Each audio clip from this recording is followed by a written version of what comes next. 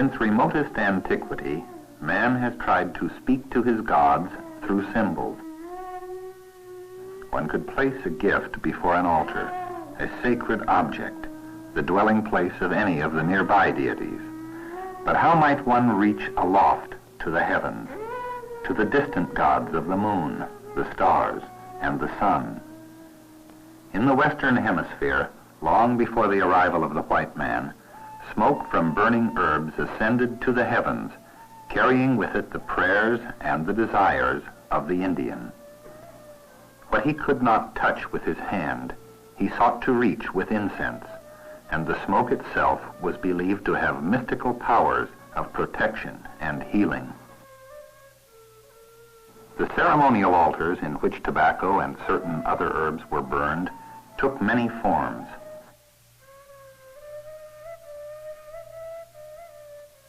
The most primitive container was probably a simple concave stone, or a depression in the ground made by removing the turf so that the virgin soil was exposed. Incense was also formed by puffing on hollow tubes filled with burning tobacco.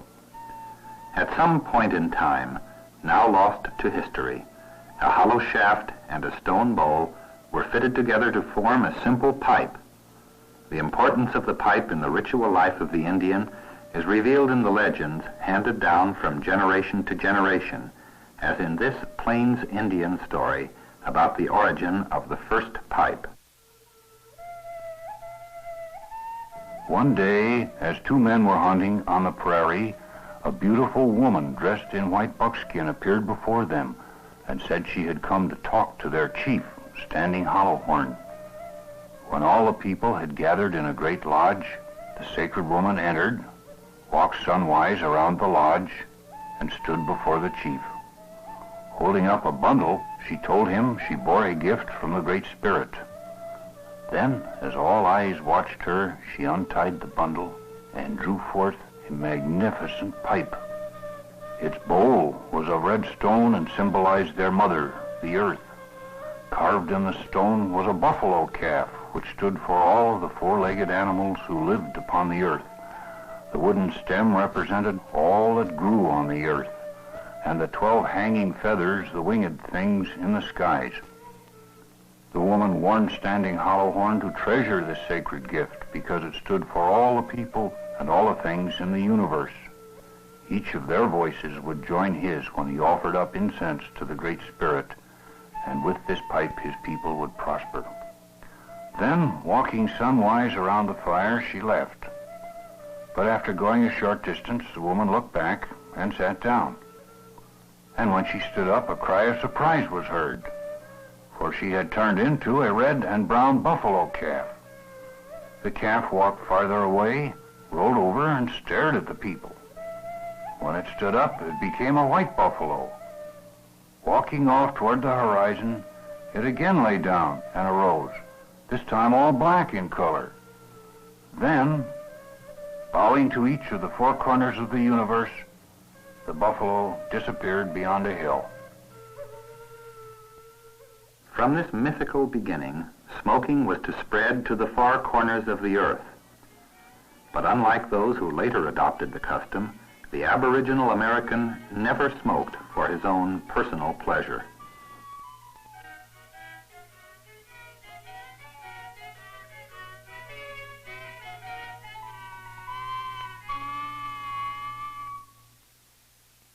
Of the many types of pipes made by the Indian, none was more sacred than the Calumet. Carefully fashioned after that first legendary pipe, it played an important role in many community functions. It was used to bring needed rain or favorable weather for a journey. It gave safe conduct to travelers. It served to formalize agreements, to placate hostile tribes, and to conclude a lasting peace. The word calumet is Norman French for tube or flute, particularly a shepherd's pipe. It originally referred to a highly symbolic reed shaft through which the life spirit of man was said to pass. When the French explorers first saw the ornate wooden pipe stems in America, they used this same term to describe the Indians' ceremonial pipe. In smoking the calumet together, the parties to a pact invoked the sun and the other major deities as witnesses, and the pact could not be violated without incurring the wrath of the gods.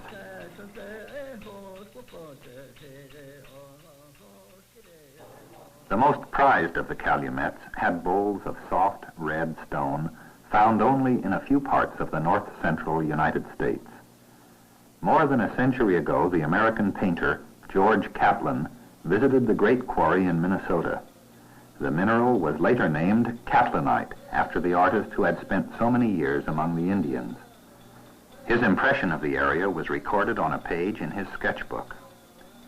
In 1840, nearly 6,000 tribesmen were said to have been camped around the quarry, and Longfellow would later write of this place in Hiawatha, telling how the Great Spirit instructed his people to make the first peace pipe. Now a small national monument of 283 acres, it stands apart from the surrounding countryside, guarded by the spirits of 3 young women said to have been buried beneath the great boulders which mark the quarry entrance. Before Catlinite could be removed from this hallowed ground, a sacrifice of tobacco had to be made to the 3 maidens. That tradition is still followed by Indians who come in quest of the stone. Men of the Sioux, the Mandan, and the Blackfoot, the Ojibwe, the Ponca, and others. For 300 years and more, Indians of the plains have stood before these boulders and sought permission to enter. Even at the most accessible points, the red pipestone is buried beneath a layer of quartzite 5 to 8 feet thick. To reach the Catlinite, this protective rock must be penetrated. In the past, this was sometimes done by building bonfires atop the quartzite ledge and then dashing cold water on the heated stones. The fractured rocks would then be broken away with stone mauls or shattered by other methods. In spite of the passage of time, many of the old ways remain. Originally, the pipestone was a clay-like substance, sandwiched between massive layers of sandstone. The great weight of the overlying rock, accompanied by the heat and the chemical action, slowly altered the composition of the minerals, fusing the sandstone into quartzite and the clay into a layer of red steatite less than a foot thick.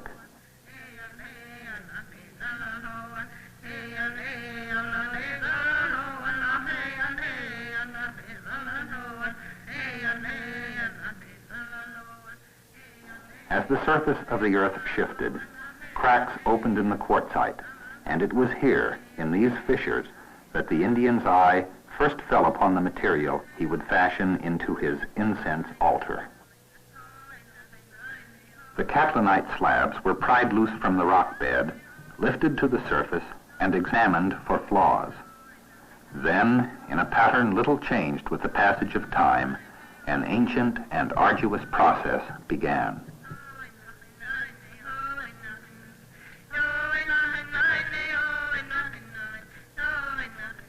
Even before the advent of the pipe, tobacco served in many ways as a link with the spirit world. It was the principal medium through which the priests and medicine men received their inspiration. Among other things, powdered tobacco leaves were used in the treatment of headache, lockjaw, obstructions of the kidney, diseases of the heart, and poisoning from arrows or snake bites. Offerings of tobacco in a dry state appear to have been made mostly to inanimate objects near at hand, to caves or mountains, to odd-shaped rocks or tree trunks. Anything that excited the curiosity or superstition of the Indian might be the dwelling place of a spirit. It is believed that most such sacrifices related to the Indian's worldly success rather than his future life.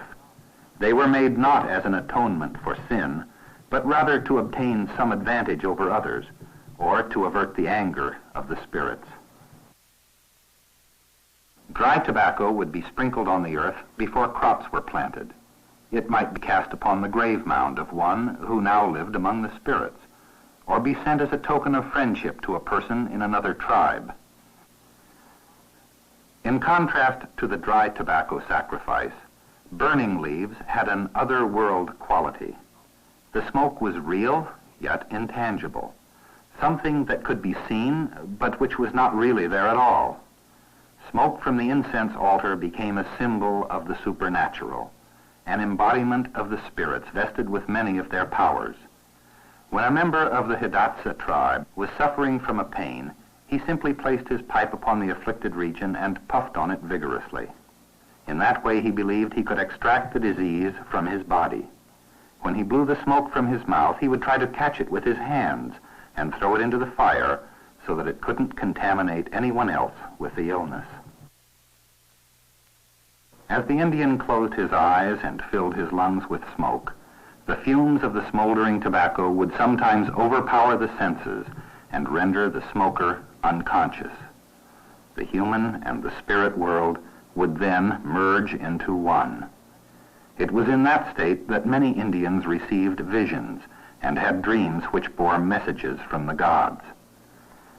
For centuries, access to the few available deposits was unhampered. Craftsmen of many tribes traveled as much as 1,000 miles from their homes in neighboring territory to mine material for their altars. The quarry was regarded as common property, and even the bitterest of enemies abstained from hostilities while they camped within these grounds. But by the mid-19th century, this age-old pattern had changed. The Dakota Sioux proclaimed the site to be exclusively theirs, and at one time a part of the region was set aside for their use when they ceded other lands in the vicinity. Between 1865 and 6, white men of the Northwestern Fur Company also worked this quarry and made over 2,000 pipes, which were traded to tribes in the southeast and the far west. Today, Indians from all parts of the country may come here, but removal of the stone by white men is prohibited. When first quarried, catlinite is relatively soft and easily worked, though it hardens with exposure to the atmosphere. As seen here, the outside of the pipe bowl required little in the way of specialized tools. The relatively soft catlinite was easily scraped away with quartzite saw blades, or worn down by the hard surfaces of the grinding stones.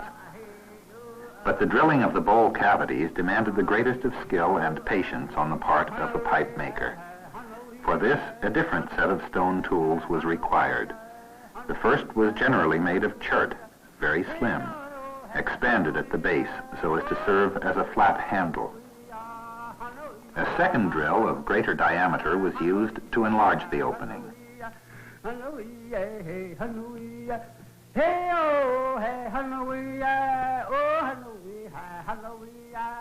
Finally, a hafted drill left the hole circular and smooth.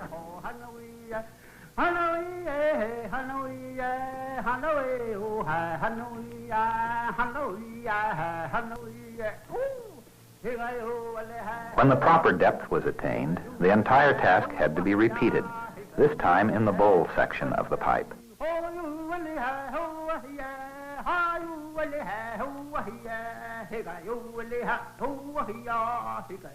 In some pipes of stone or pottery, 6 or 8 stem holes might be made in a single bowl. In that way, a number of the tribe's headmen could share in the smoking simultaneously, each puffing on the common bowl with his own private pipe stem. As the drilling progressed, frequent measurements were made, since the 2 holes had to meet at precisely the right point in the elbow. An error in judgment here could mean the loss of an entire day's work. Finally, the telltale puff of dust. The L-shaped tunnel is completed. The drilling has been done well, and the pipe will now draw freely. The final touch, a distinguishing mark of the catlinite pipe bowl. When dressed with a coating of buffalo tallow, the bowls took on a strikingly different appearance. But for all of their brilliance, these catlinite bowls were no more resplendent than the pipe stems accompanying them. From 2 to 5 feet in length, the sanctity of the pipe lay as much in its wooden stem as in the bowl itself. In fact, for certain purposes, the stem alone was used. Covered with elaborate wrappings, decked with eagle feathers, paint, and cords of braided porcupine quills, the ornaments represented some of the objects which had symbolic meaning in the ritual. The Plains tribes often bound to the stem several woodpecker heads with the beaks turned back upon their red crests. When the woodpecker was angry, its red crest always rose, and this binding of the beak upon the crest symbolized the suppression of anger. When a tribe was at war, the sinew bindings were cut, allowing the crests of the birds to rise from the pipe stem. When not in use, the bowl was carefully wrapped and placed inside a pipe bundle, while the ornate stem was usually tied to the outside of the bundle. The limb from which a stem would be made was cut from a sapling, usually of ash. It was then heated over a fire, straightened, and cut to the required length. With some tribes, this distance was carefully measured off as 4 times the span between the thumb and the longest finger. The limb was then split down the middle, and the exposed pith scraped out of the center to form a channel through which the smoke might pass. At one time, the tradition of some tribes dictated that even the inside surfaces of the branch be ceremonially painted. With the exception of the groove itself, one half would be made a sky blue color, and the other half a verdant green of the earth. Then, as a prayer was intoned asking that life be breathed into this sacred object, the chief priest would paint the grooves red to typify the passageways of the body through which the breath of man comes and departs. When the two halves were glued together again, they symbolized the path of man's life surrounded by the spirits of heaven and earth. But the split stem seen being assembled here was not always satisfactory. With age, the halves sometimes warped and separated. The characteristic flat shape of the finished stem may have evolved in an effort to provide a broader gluing surface where the halves of the stem were joined together.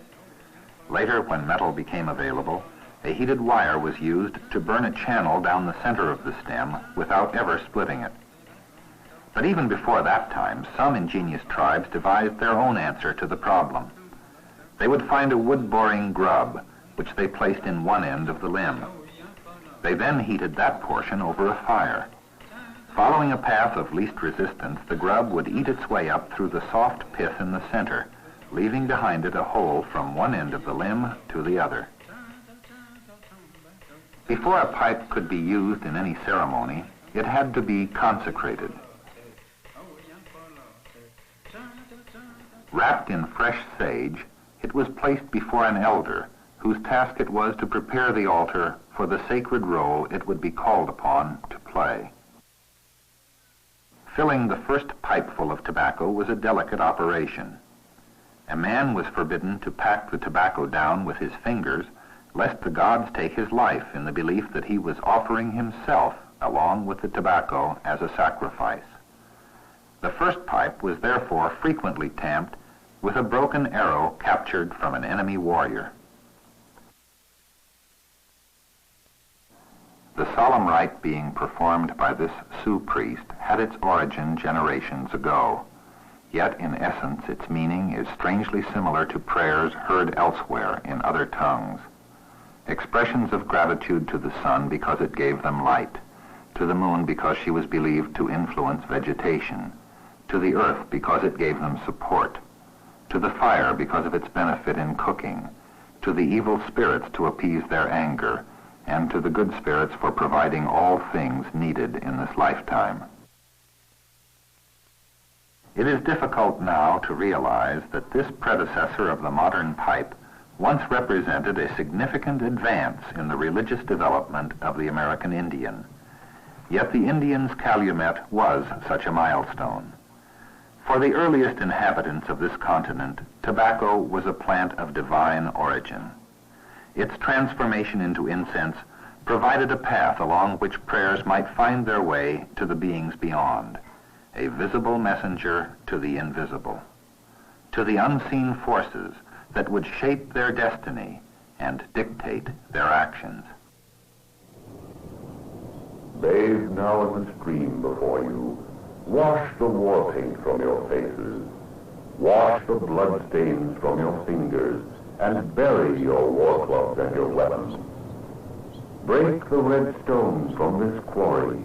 Mold and make it into peace pipes. Take the wreaths that grow beside you.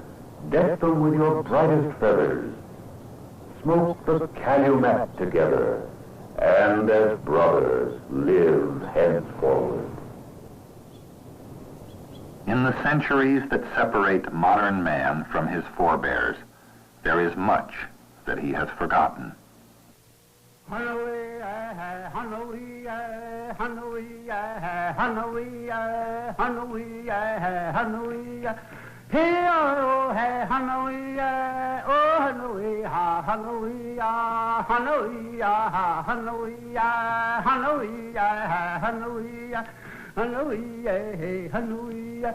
Hey oh hey hallelujah oh hallelujah hallelujah ti ga la ta hallelujah ni ga ta ne ho hallelujah hallelujah hallelujah hallelujah oh hallelujah hallelujah hallelujah hallelujah hallelujah hallelujah oh hallelujah hallelujah hallelujah